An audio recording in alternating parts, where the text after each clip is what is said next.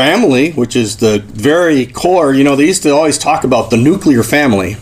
Not that we glowed in the dark and that we were going to be a bomb, right?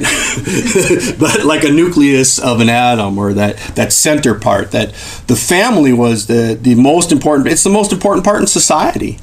There's a lot of people that will look to government to take care of answers, problems, difficulties, things that are happening. The answer is family. It's that core place. It's a grassroots thing. It starts with the family in the home, and then it goes to the neighborhoods, and from the neighborhoods it goes to the communities, and from the communities and it just keeps going from there. And if the healing and the right relationships and the things are working there, then it all falls into place. The problem is when it's something out there and we're looking for the answers, like government is the big one in our country. I mean, it's all government, more government programs, more government spending, more government this. It doesn't work. Look at the whole idea of homelessness or people that are in need and all that type of thing. Churches let go of doing it a lot in our country and allowed government to do it. And look at the mess we have. We have more and more people that are going on to welfare and government spending and all those things, and they're stuck into cycles. Look at the inner cities and stuff where they have this government housing and government providing things, and it's just providing a cycle, and family after family just in despair.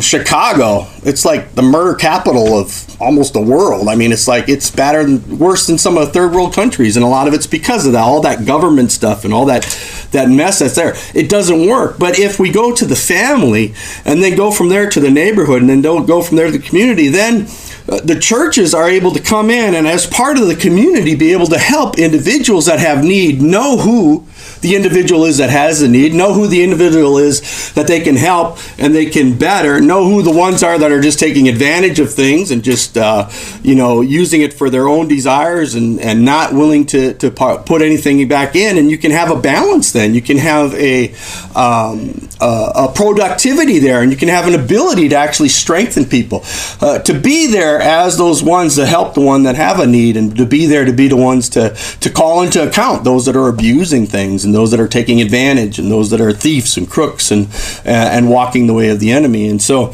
relationships are so important with our lives. First and foremost, our relationship with God.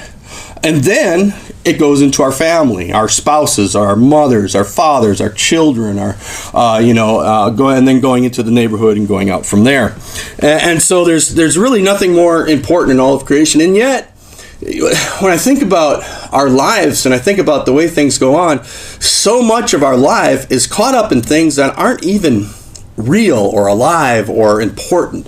So much of our lives are caught up in bills and health issues and all these different things we got to take care of, and stoves blowing up, and it's just all these different things that just kind of pull at us. And it's like our time, our energy, our thoughts, our focus is so much on things that aren't even alive. Can you imagine?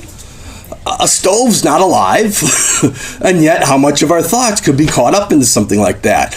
Our bills are definitely not alive, even though they show up every week or month or all the time. They're always there.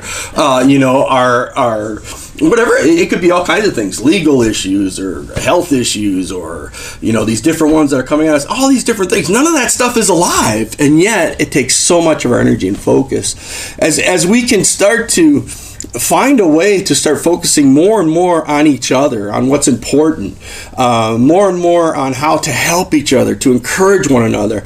And one of the overriding themes today will be on our words. How can we speak things of life to others? How can we be encouraging to one another? How can we be uplifting to one another? How can we help one another with the things that we say? And so important in our lives. And so